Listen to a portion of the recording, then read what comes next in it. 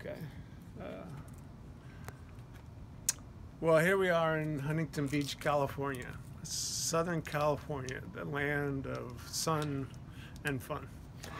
And one of the fun things to do is grow orchids. That's what I do for fun. This is my passion. Your name. Your name. So my name is Ron DeWild. I'm a member of Newport Harbor Orchid Society, and we meet monthly.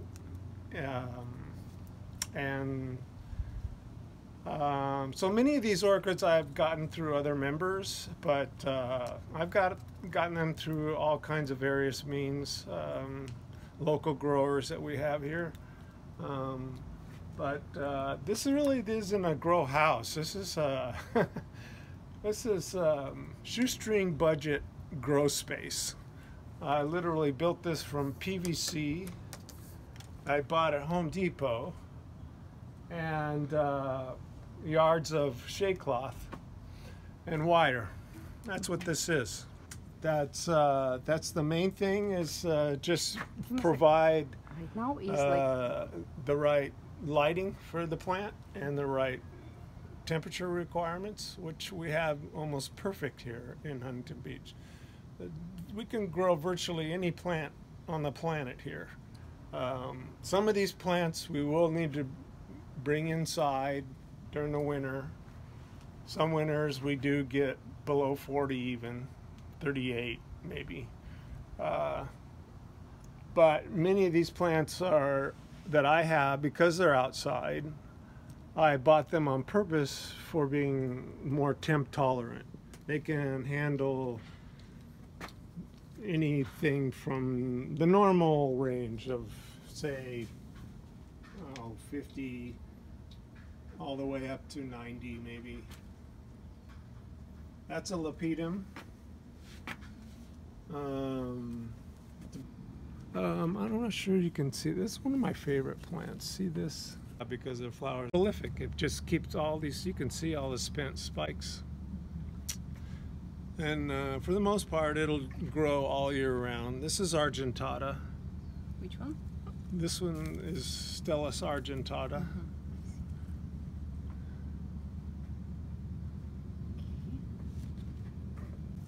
This I can't wait to get better. This is spectacular.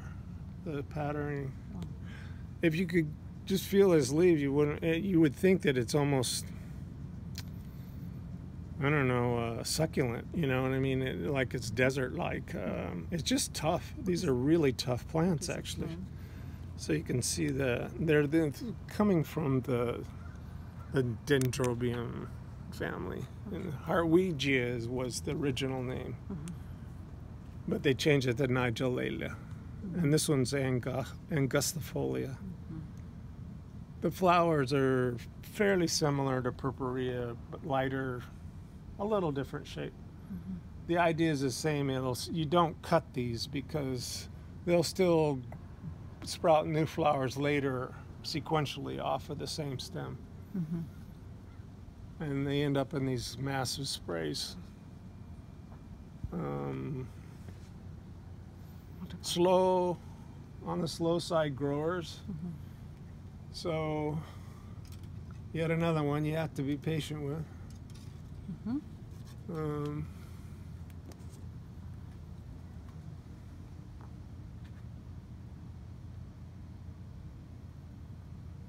That one I could put in better light if you want. Push it over. There you go. So I have millions of spiders here. They love this garden. They do a job, of course, but if you let them go, you get to a point where you can't even see the plant. There's so much. So one more time. Its name is? Spider webs, you know. Anyways, this group here is one of my favorites.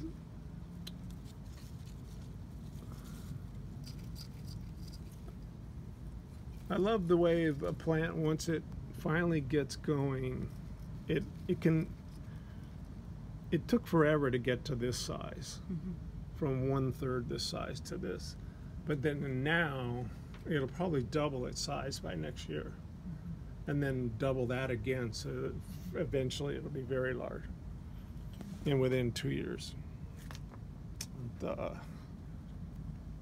This is my favorite encyclia right here. I mean, to me, that's just amazing. Backlit like that. I don't know if the camera can pick that up, but it's very dark. This is one of Fred Clark's at Sunset Valley Orchids, one of his hybrids. I just love this lip color, this darker purple. It's very unusual to find that much blue. Most of them they want to pronounce this more magenta pink color, but that one is a blue purple lip. And then when we go around the other side and have a different view, you'll see just how dark this flower really is. The reason it's looking light in red is because of the backlight.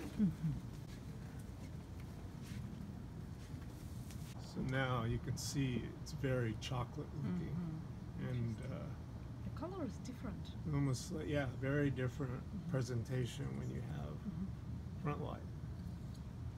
But still, you can get a sense of how much blue is in the, well, not by this here. Is it fragrant? Is it fragrant? Is it pregnant? Fragrant. It smells? Yes, it does. It smells lightly. This one is the one that smells, has a brighter fragrance. This is another SBO breeding, I think it's one of Ruben's Colmenares. He has his plants down growing at Fred's as well, and they're down in Vista, California. So it's just, they have the same exact environment. They're same exact distance from the beach down there. And so anything I buy from them is basic, I know is going to grow here. This one is Renata Schmidt by Aspera, Encyclia Aspera, which is a species grown in Ecuador. This is the actual Aspera plant, which I've been trying to get going for so long. I'm hoping by now this one will actually survive. It tries to put a spike out, but then aborts. It's a warmer grower. This is the name. So that's the other parent in this. And you can see it's more green gold, brown, golden. It's still retaining some of this striation in the lip here. Is from the Alata. I got one flower left on my Alatas this year. It's half spent, but that's what's left. But you can see the same striation. Now this one is the early bird, which is a little bit different than the standard Alata, which is this plant. Look at the size of the pseudobulbs. You can tell I water a lot. Yes, you do. And but you know, sometimes no matter how much you water, the plant still has to cooperate and want to grow. I think this time this year I will bring this inside. It must be a warmer grower, but together, see, when you hybridize it, then it becomes more temp tolerant, as well as have different features like this branching that it's doing. Is this one the same? Different? This one is probably... Now these are Santa Barbara Orchid Estate or hybrids. They are Tempensis by Moriana, both encyclias. What is it, John something? John Brunton is the actual name that they've given it. And here's the difference. It shows you the variation that can happen even in the same breeding. You see how green these flowers are. Give me a sec. So, is it in a rocks, right? Hmm? They are growing in a rocks. What kind of media you're using? Just They're for- growing in a pot with rocks, Mhm. and then there's, you can see they're going to grow outside the pot into this basket, and then I'll have to put them in a bigger basket and a bigger. That's what's happening here. There's another indication of how much I water. It's actually got moss. Probably a lot of people would think that could never happen with encycleus, that they like to dry out. You can see they like to dry out with this kind of condition. But this shows that they still flourish, and they do well. I mean, I've got a couple of spikes here on this one. But see how the honey color, the yellow color, and the just overall coloration is more like the actual tenpence, which is just behind you over there, a species. We'll get to that one. This one's very golden looking, brown. Whereas this one, the Muriana, is green. You can see in there, it's green. So this particular breeding, same parents, it took the green parent. Took on more of the green parent. You don't know this when you buy them, of course. You just get surprised when they bloom. So I have both right here, but the same exact parents bred this. And then this one is... I'd like to catch the green one. Hmm? I'd like to catch the color. Mm. It's just moving. It's moving. Yeah, it's okay. You Done? have to edit it. That one likes to move a lot. But see, that's their attraction principle. They love to move. So this is an actual species indigenous plant from Florida. Tenpence. I'm gathering that's why they have a city called Tampa. You know, I don't know, but each flower has a tendency to change colors during the course of its life. They have a certain look when they first arrive, and they go through this color change. If you really key in on the nuances, you can see. Especially one like this, which is a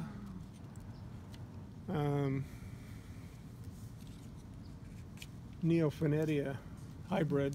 It's called Darwinara. And when these flowers first opened up, they were white. White. Now they settle back into a more cream color. And then I think, well, actually, just before they did that, there was a lime look to them. And now they're more golden cream, and they're getting darker. Plus, you can see there's purple on the spurs. So I think you get a lot of variation in these. In these hybrids like this. You showed me tips of the roots. The ending of the root. Oh, all the roots. I cannot catch it. This one's growing completely without any media at all, just stuck to a branch. And you can see how long it's been growing there. How often you're watering it? Every day. Every day. It gets a little drink. Okay, watering is the same as you showed, right? So you are not soaking it, right? I watered it actually several times. First I just blasted a little bit, because if you just stand there, the water tends to run right off. So you just soak it so that it'll start the next time around, when you by the time you get to it, it'll start to absorb it more. And I do that with basically every plant. I make several rounds through the garden to make sure everyone's well saturated. And here we have the infamous Vanda, also from unknown person. Gifted from our very own Kira of Pear Valley. I won't even get into the story behind this. I can't believe I even have this thing. Okay, beat me, please beat It's me. growing. Yes, It's got roots. growing. Brand new. Look at the color of the roots. You already beat To me. me, that often can show you what color, what type of chromosomes are involved. Color chromosomes are involved that the bloom will at times replicate, or at least come close to, or at least show the family of color range. Who's this guy? I like it. It's So as you can tell, this one's going to be more reddish pinkish. Uh-huh. This is Santa Barbara Sunset, a renowned orchid from years ago. Santa Barbara. Or what is it? Is it It's a like- Layla, yeah.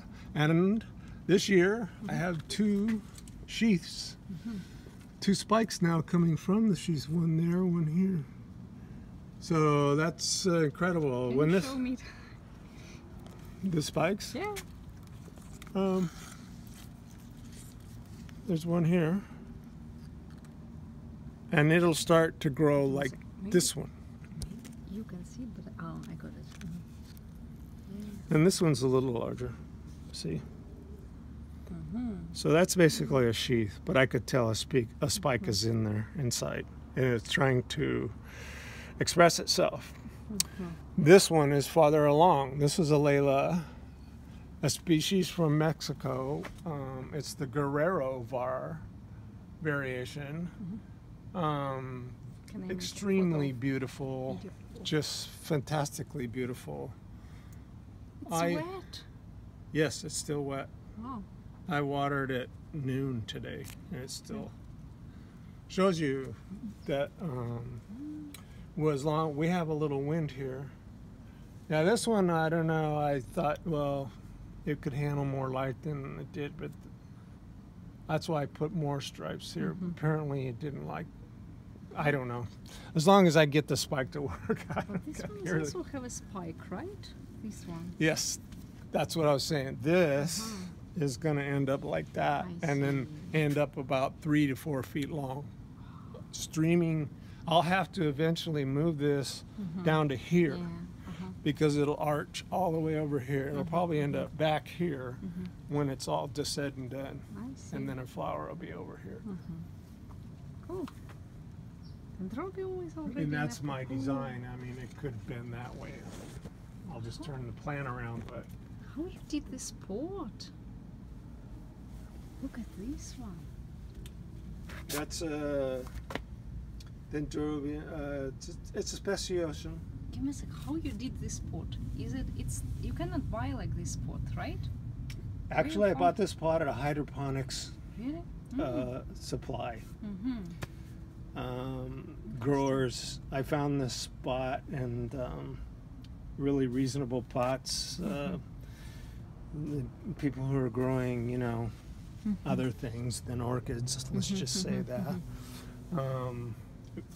I thought it would be better to have a little more aerated because of the way I water. You know. Yeah, I know. Oh man. So what I is get to this water one? more, and the plant gets to flourish more. Is that your tomato plant? This is the tomato plant that volunteered itself. Look how far it's taking everything over here. Give me a sec. I need to see. Now, I would have thought it would have needed much more light than that. But it doesn't. It only gets a certain bright light at direct midday. And it's perfectly happy, and there's plenty of tomatoes already coming, so